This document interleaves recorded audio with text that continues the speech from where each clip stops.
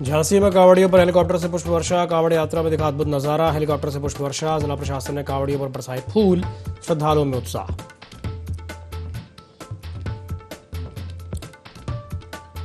लखनऊ में double murder और खुदकुशी से सनसनी। पत्नी बहन की हत्या करके बैंककर्मी ने दी जान। बैंक के बाहर पत्नी को मारी गोली। घर पहुंचकर बहन की भी हत्या की।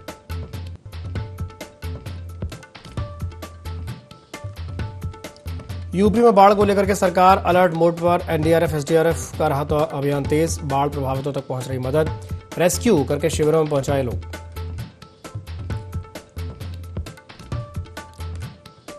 लखनऊ के बुद्धेश्वर मंदिर में जलाभिषेक पर बवाल। 3000 कांवड़ियों का मोहन रोड पर धरना। चांदी की परत हटाने की मांग पर अड़ी कांवड़िए। मूल शिवलिंग के दर्शन को लेकर के प्रदर्शन।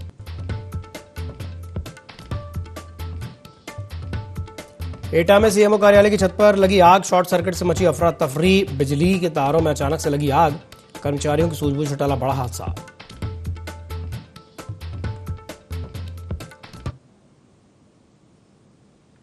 नमस्कार, ID24 में आप सभी का स्वागत है। मैं हूं आपके साथ दिव्यांशु जोशी। तो बुलेटिन की शुरुआत करते हैं बड़ी खबर के साथ। झांसी में कांवड़ियों पर हेलीकॉप्टर से पुष्प वर्षा की गई है।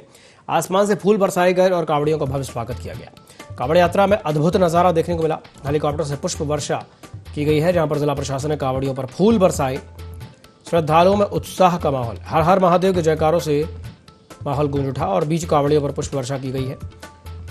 झांसी में कांवड़ियों के स्वागत का अनोखा अंदाज देखने को मिला है। हेलीकॉप्टर से फूल बरसाए गए हैं। ये खबर आपको बता रहे झांसी से, जहां पर कांवड़ियों पर हेलीकॉप्टर से पुष्प वर्षा की गई है। आसमान से फूल बरसाए गए हैं। कांवड़ियों का भव्य स्वागत भी हुआ है। कांवड़ यात्रा में ये अद्भुत नजारा देखने को मिला है।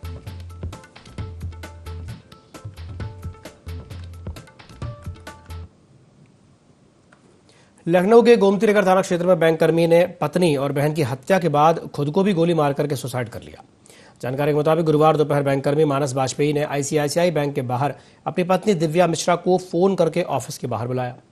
कुछ देर बातचीत के बाद उसने दिव्या को गोली मार दी और मौके से फरार हो गया।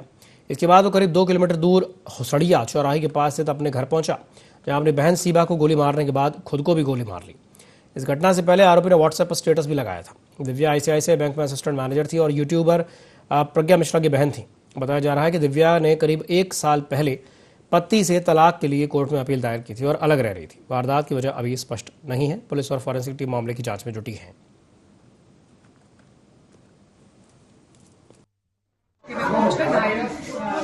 घायल जो महिला थी उनको अस्पताल पहुंचाया गया, जहां डॉक्टर के द्वारा उनको मृत घोषित कर दिया गया।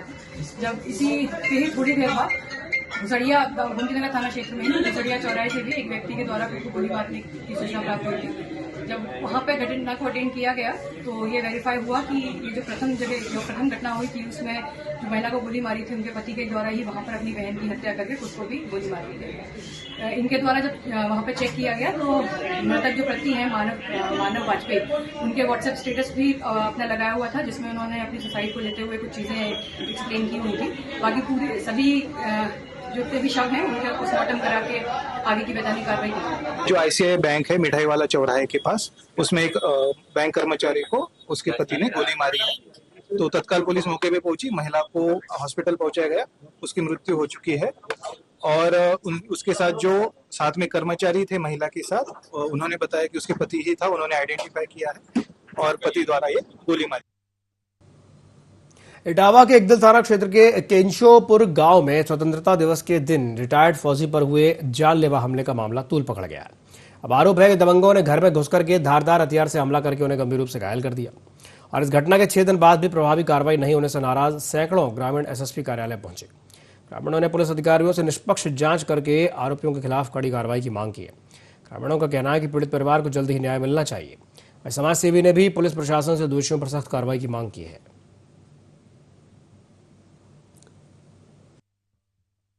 घटना है और बहुत अच्छी बात नहीं। बीजेपी सरकार में आज भी गुंडे माफिया सतर्क हैं और बदमाशी कर रहे हैं, मंचा काम कर रहे हैं। प्रशासन आज तक थाने में कोई घटना स्तर पर पुलिस तक नहीं पहुंची है। आप बताइए इससे बड़ी विडम्बना क्या? उनकी व्यवस्थाएं चल रही, वो अपने तरीके से मैनेज करने में लगे हुए। उसमें हम जानते हैं कि तमाम ऐसे दबंग लोग हैं जो उसमें लिप्त हैं। वो चाहते हैं कि इस मामला को रफा दफा कर दिया जाए, उस फौजी को कोई न्याय नहीं मिलना चाहता।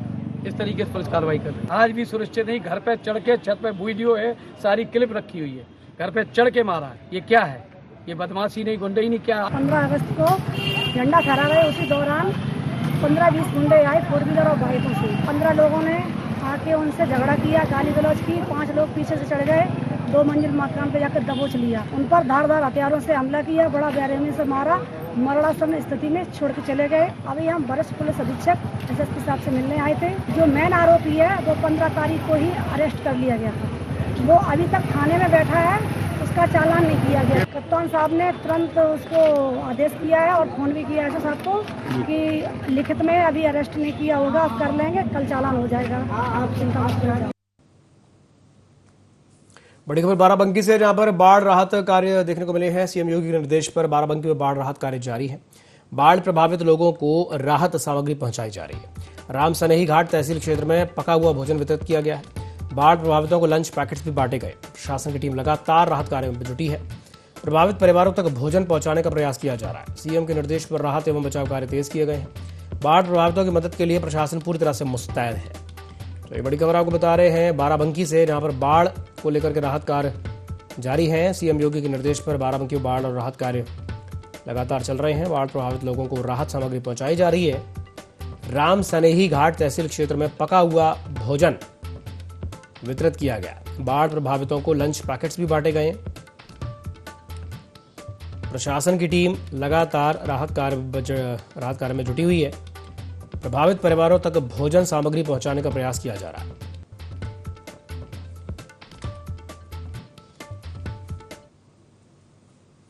शाहजहांपुर के कांट थाना क्षेत्र में हुए गौतम हत्याकांड के मामले में प्रशासन ने कार्रवाई अब तेज कर दी है। अभी कुछ ही दिन पहले समीर नाम के एक व्यक्ति पर गौतम की चाकू से हत्या करने का आरोप लगा था। अब इस घटना के बाद पुलिस और प्रशासन लगातार सक्रिय है। आरोपी से जुड़े बताए जा रहे मकान पर बुलडोजर कार्रवाई की तैयारी की जा रही है। मौके पर बड़ी संख्या में पुलिस और प्रशासन की टीमें मौजूद हैं। इलाके में सुरक्षा व्यवस्था भी कड़ी कर दी गई है। हालांकि बुलडोजर कार्रवाई के संबंध में प्रशासन की ओर से अभी तक आधिकारिक पुष्टि नहीं हुई है। कार्रवाई किस आधार पर की जा रही है, इसकी विस्तृत जानकारी भी सामने नहीं आई है। प्रशासन की कार्रवाई पर सभी की नजरें टिकी हैं।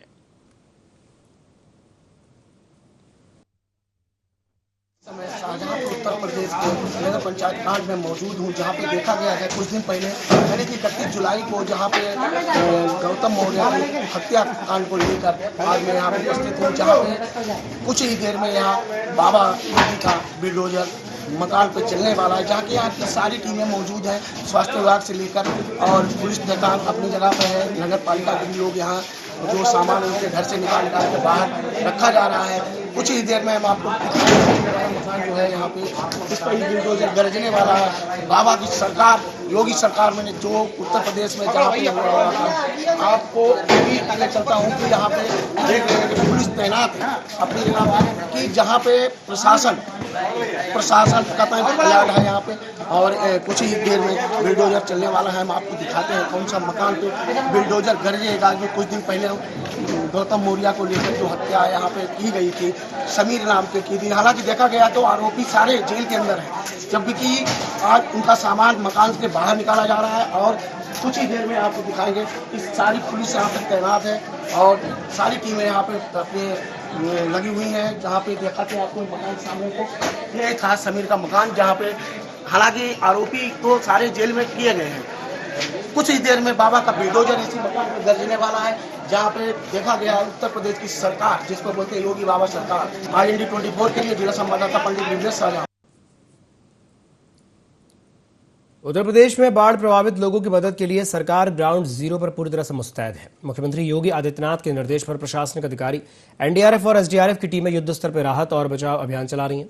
बाराबंकी, गोंडा, लखीमपुर खीरी और प्रयागराज के बाढ़ प्रभावित इलाकों में फंसे लोगों तक राहत सामग्री, फूड पैकेट्स और मेडिकल किट पहुंचाई जा रही है। वहीं जलभराव वाले इलाकों में फंसे लोगों को रेस्क्यू करके सुरक्षित राहत शिविरों तक पहुंचाया जा रहा है। प्रशासन की टीमें प्रभावित क्षेत्रों में लगातार निगरानी कर रही हैं। सरकार का फोकस हर प्रभावित परिवार तक समय पर मदद पहुंचाने और लोगों की सुरक्षा सुनिश्चित करने पर है।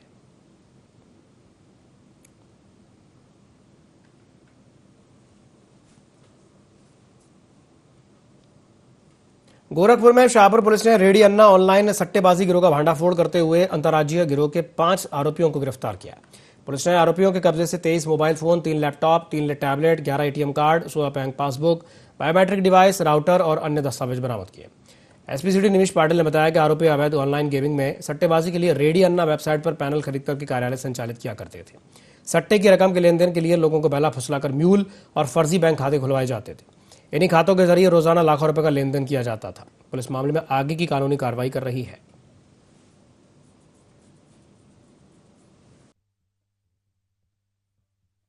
थाना शाहपुर क्षेत्र में एक 5 लोगों का गिरोह गिरफ्तार किया गया है, जिनके द्वारा जो फर्जी ऑनलाइन बेटिंग गेम्स होते हैं इसका वहाँ पे काम कराया जा रहा था। इनकी तरफ से जो मुख्य इसमें अभियुक्त है वो नीतीश सिंह है।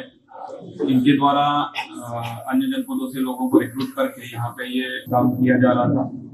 जो इस घटना में 23 मोबाइल फोन, 3 लैपटॉप और सिम कार्ड और बैंक के पासवर्ड, क्रेडिट कार्ड जैसे अन्य सामग्री भी बरामद हुई है। इन्हीं तथ्यों के आधार पर अभियोजन कार्रवाई। लखनऊ के प्रसिद्ध बुद्धेश्वर महादेव मंदिर में जलाभिषेक को लेकर के विवाद बढ़ गया है। वैदेही सेना के नेतृत्व में करीब 3000 कांवड़ियों ने मोहन रोड पर धरना देकर के सड़क जाम कर दी। अब कांवड़ियों की मांग है कि शिवलिंग पर वर्षों से चढ़ी चांदी की परत हटा करके उन्हें मूल शिवलिंग के दर्शन कराए जाएं। उनका कहना है कि परत हटने तक वे बिठूर से लाया गया गंगाजल शिवलिंग पर अर्पित नहीं करेंगे। मांगे पूरी नहीं होने पर प्रदर्शन जारी रखने की चेतावनी दी गई। मौके पर भारी पुलिस बल तैनात है और पुलिस प्रदर्शनकारियों को समझाने में जुटी है। मांगे सिर्फ इतनी है कि आप शिवलिंग को खुलवा दीजिए और वो बहता हुआ सीवर जो सीताकुंड में जाता है वो सीवर बंद करा दीजिए। हम चाहते हैं कि ये शिवलिंग खुलवा दीजिए। इतनी बड़ी बड़ी कांवड़े हमारे भोले लेकर के आते हैं, लगभग 3500 कांवड़िया जल लेकर के आया है और नंगे पैर चल करके बिठूर घाट से यहाँ तक चल के आया है। उसका जल एक भी बूंद महादेव के ऊपर नहीं पड़ता है। ये व्यथा हमारे कांवड़ियों की है। वो कांवड़िया ये चाहते हैं कि ये व्यथा हमारी खत्म की जाए और शिवलिंग को खुलवा दिया जाए, जिससे हम जलाभिषेक कर सकें। यदि हमारा जल नहीं चढ़ाया जाएगा तो फिर कांवड़िया हमारे कह रहे हैं कि हम जल यहाँ पर फैला देंगे, जल रख देंगे, वापस चले जाएंगे। अगली खबर की ओर। हापुड़ में गौरव हत्याकांड को लेकर के लोगों में आक्रोश बढ़ता ही जा रहा है। मामले में राष्ट्रीय सैनिक संस्था ने नगरपालिका स्थित शहीद स्तंभ पर शांतिपूर्ण धरना दिया। धरने के बाद संगठन के पदाधिकारियों ने एसडीएम को ज्ञापन सौंप करके आरोपियों के खिलाफ सख्त कार्रवाई की मांग की। संस्था ने दोषियों के एनकाउंटर और उनके घरों पर बुलडोजर चलाने की मांग उठाई है। साथ ही पीड़ित परिवार को न्याय दिलाने के साथ साथ आर्थिक सहायता देने की भी मांग की गई है।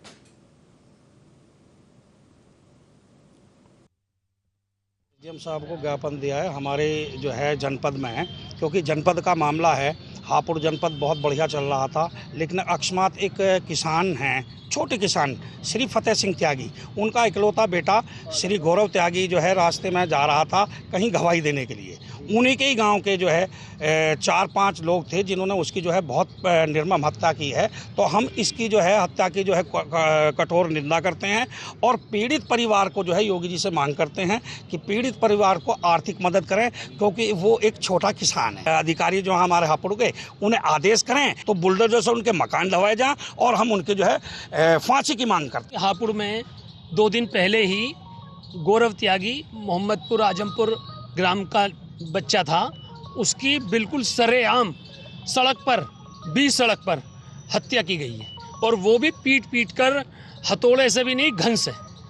और ऐसी निर्मम हत्या की गई है कि उसको देख करके हृदय विदारक घटना की, उसे देख करके मन सहन। तो हमारी मांग ये है कि एक तो इन दोषियों पर, इस तरह के जो अपराधी प्रवृत्ति के लोग हैं, चाहे वे कोई भी हैं, हमें उससे मतलब नहीं है वो किस जात से हैं, किस धर्म से हैं, इस तरह के कोई भी अपराधी किस्म के हत्यारे ऐसे लोगों पर तुरंत बुलडोजर कार्रवाई के साथ साथ उन पे जो है एनकाउंटर होना चाहिए और एनकाउंटर हाफ नहीं होना चाहिए।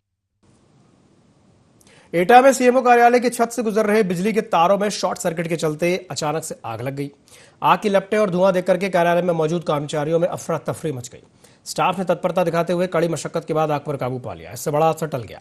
अब गनीमत यह रही कि आग समय रहते बुझा दी गई और कार्यालय में मौजूद कर्मचारियों को किसी तरह का कोई नुकसान नहीं हुआ। घटना कोतवाली नगर क्षेत्र के डाक बंगला स्थित सीएमओ कार्यालय की है। हादसे के बाद बिजली के तारों और व्यवस्था को लेकर के सवाल उठने लगे हैं।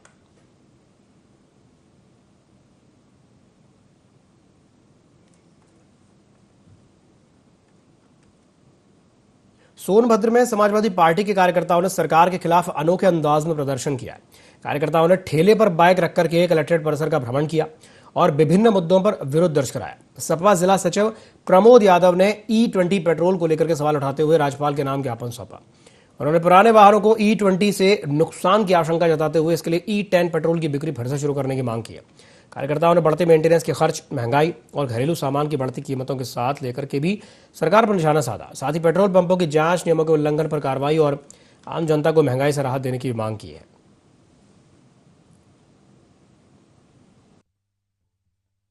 ये केंद्र की भाजपा सरकार E20 पेट्रोल लागू करके जनता पर कुठाराघात करने का काम कर रही है। E20 दुधारी तलवार है जिसकी जनता पर दोहरी मार है।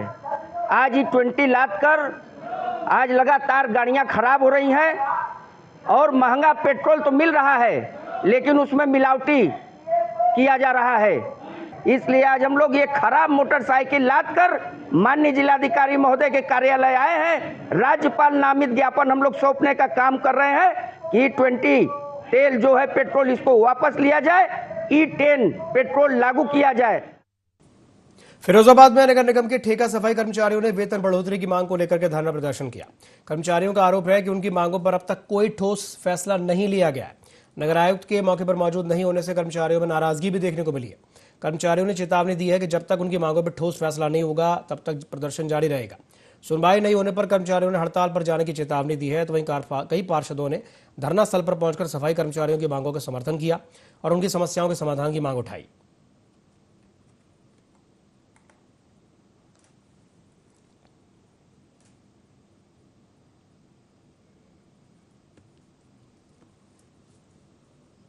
कौशाम्बी में जिला पंचायत सदस्य ने मंडलायुक्त प्रयागराज को शिकायती पत्र सौंप करके उच्च स्तरीय जांच की मांग की है।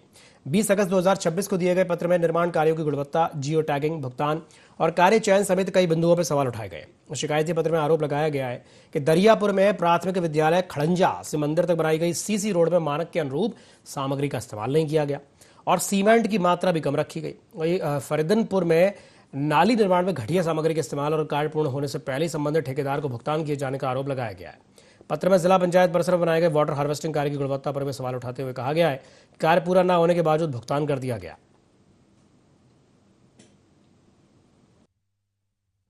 आज हम लोग श्रीमान मंडल प्रयागराज गए थे जिला पंचायत में हो रहे धांधली और भ्रष्टाचार शिकायत को लेकर। इस समय जिला पंचायत में एकदम समझ लीजिए भ्रष्टाचार बहुत चरम पे है। हम लोग यहाँ जाते हैं जिला पंचायत में अपर मुख्य अधिकारी और अभियंता से शिकायत करने के लिए, तो लोग हमारी शिकायतें नहीं सुनते हैं। ठेकेदार क्षेत्रों में मनमानी तरीके से काम करते हैं। आपने देखा होगा सरकार महोदय की इसके पहले फरीदनपुर का मामला भी संज्ञान में आया है, जो प्रकाशन में आया था, लेकिन वहाँ कोई भी जिला पंचायत का अधिकारी संज्ञान नहीं लिया। आश्वासन वहाँ गए थे, श्रीमान मंडला आयुक्त महोदय ने कहा है कि इसकी हम टीम गठित कर जांच कराएंगे। हम लोगों की मांग ये है कि जिला पंचायत कौशाम्बी में जो भी भ्रष्टाचार हो रहा है उसकी जांच कराकर उसके भ्रष्ट अधिकारियों के खिलाफ कार्रवाई। आज हम लोग मंडलायुक्त प्रयागराज उत्तर प्रदेश जी के पास गए थे और हम अपने जिला पंचायत में हो रहे भ्रष्टाचार की शिकायत करने के लिए गए थे। चाहे लाइट को देखा जाए, रोड में देखा जाए, सीसी कार और नाला निर्माण, हर जगह भरपूर तरीके से भ्रष्टाचार में लिप्त है। इसी की शिकायत हम लोगों ने किया था माननीय डीएम साहब से और तमाम अधिकारियों के बाद अगर किसी कहीं हमारी सुनवाई नहीं हुई तो आज कमिश्नर साहब से हम लोग मिले और पूरा आश्वासन मिला कि उनके ऊपर भ्रष्ट अधिकारियों के ऊपर जरूर लगाम लगाई जाएगी और कार्रवाई होगी। हमारी मांग है कि इन सब जैसे भ्रष्टाचार में लिप्त अधिकारियों के ऊपर कार्रवाई हो और भ्रष्ट लोगों के ऊपर अंकुश लगाए। आजमगढ़ में अहरौला और तहरबरपुर पुलिस ने संयुक्त कार्रवाई में अंतर जनपदीय चोर गिरोह के 4 सदस्यों को मुठभेड़ के बाद गिरफ्तार किया है। पुलिस के मुताबिक जवाबी फायरिंग में दिलकश, साहिल, वाजिद और फैजान के पैर पर गोली लगी, जिसके बाद उन्हें अस्पताल में भेजा गया। आरोपियों के पास से 3 तमंचे, कारतूस, चोरी के सोने चांदी के जेवरात, 29,230 रुपए, बिना नंबर की XUV 500, 5 मोबाइल फोन और चोरी के उपकरण बरामद हुए। पूछताछ में आरोपियों ने हाईवे किनारे वाहन खड़ा करके आसपास के गांव में घर में चोरी करने की बात बताई। पुलिस के अनुसार गिरोह में आजमगढ़ समेत गाजीपुर, बलिया, जौनपुर और अन्य जिलों में वारदातें की हैं। 7 चोरी की घटनाओं का खुलासा हुआ है, जबकि फरार आरोपियों की तलाश जारी है।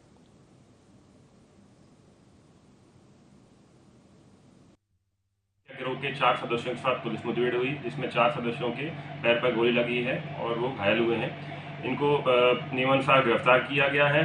इनसे जो प्रारंभिक पूछताछ है उसमें यह बात प्रकाश में आई है कि ये मूलतः बरेली के रहने वाले हैं और ये लोग गिरोह बनाकर चोरी करने के लिए निकलते हैं। हाईवे के आसपास के गांवों को चिन्हित करके उनमें चोरी घटना को अंजाम देते हैं। यहाँ पर 8 लोग आए थे चोरी करने, 4 लोग गिरफ्तार किए गए, चार अभियुक्त फरार हो गए, जिनकी गिरफ्तारी के लिए टीमें गठित कर दी गई हैं।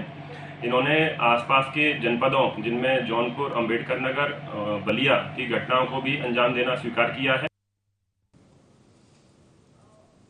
खबर मैनपुरी से है, जहां पर जिला महिला चिकित्सालय के एनएसयू में 17 अगस्त को नवजात बच्चे को बदलने का एक मामला सामने आया है। इस घटना के बाद अस्पताल प्रशासन में हड़कंप मचा हुआ है। मुख्य चिकित्सा अधीक्षक ने मामले की जांच के लिए अधिकारियों को नामित किया है। जांच टीम को संबंधित स्टाफ के बयान दर्ज करके 2 दिन में रिपोर्ट सौंपने के निर्देश दिए गए। अस्पताल प्रशासन का कहना है कि जांच रिपोर्ट के आधार पर आगे की कार्रवाई की जाएगी।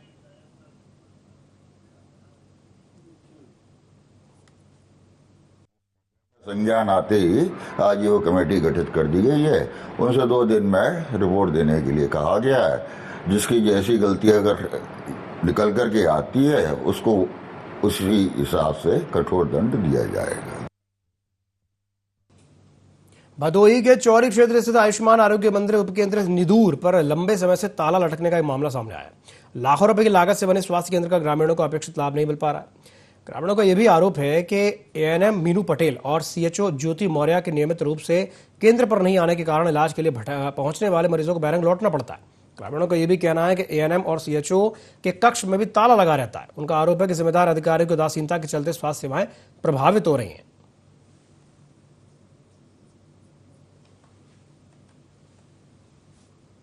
रायबरेली में डिग्री कॉलेज चौराहे के पास स्थित एचडीबी बैंक में देर रात संदिग्ध परिस्थितियों में अचानक से आग लग गई।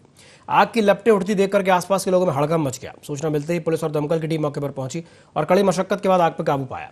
आग की चपेट में आने से बैंक के अंदर रखे जरूरी दस्तावेज और महत्वपूर्ण कागजात जल गए। इसके अलावा कंप्यूटर समेत कई इलेक्ट्रॉनिक उपकरण भी आग में जल करके राख हो गए।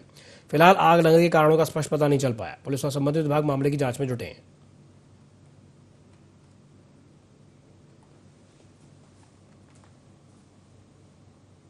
गोरखपुर में एंटी करप्शन टीम ने संयुक्त शिक्षा निदेशक कार्यालय के पटल सहायक बाबू शाहनवाज आलम को 10,000 रुपए की रिश्वत देते रंगे हाथों गिरफ्तार कर लिया।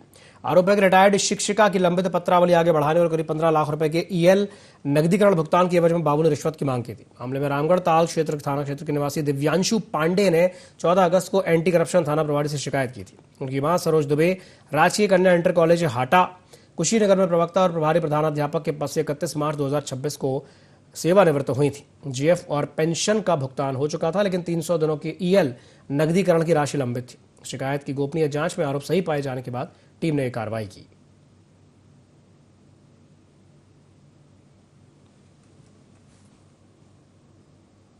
उन्नाव के भगवंत नगर विधानसभा क्षेत्र में हर घर तिरंगा हर मन तिरंगा अभियान के तहत विशाल तिरंगा यात्रा निकाली गई।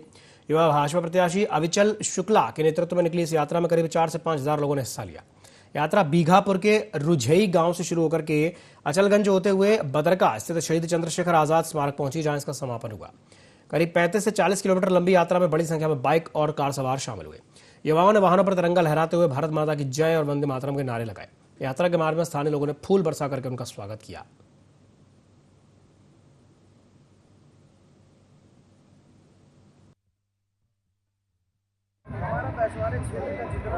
नौजवान है वो अपने देश के प्रति हमेशा से जिम्मेदार है और जब जब तिरंगे और देश की बात होती है उन्हें न भुलाने की आवश्यकता पड़ती है।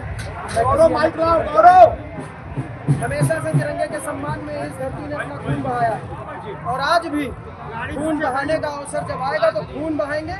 अभी फिलहाल आप पसीने को देख सकते हैं कि अगर अवसर आए तो खून बहाना पड़ेगा। मछुआरे की धरती हमेशा से देश और धर्म को लेकर चली है और आज भी ये चीज यहाँ पर देखने को आप सबको मिला है। इसी के साथ बुलेटिन में फिलहाल के लिए इतना ही। दीजिए इजाजत। नमस्कार।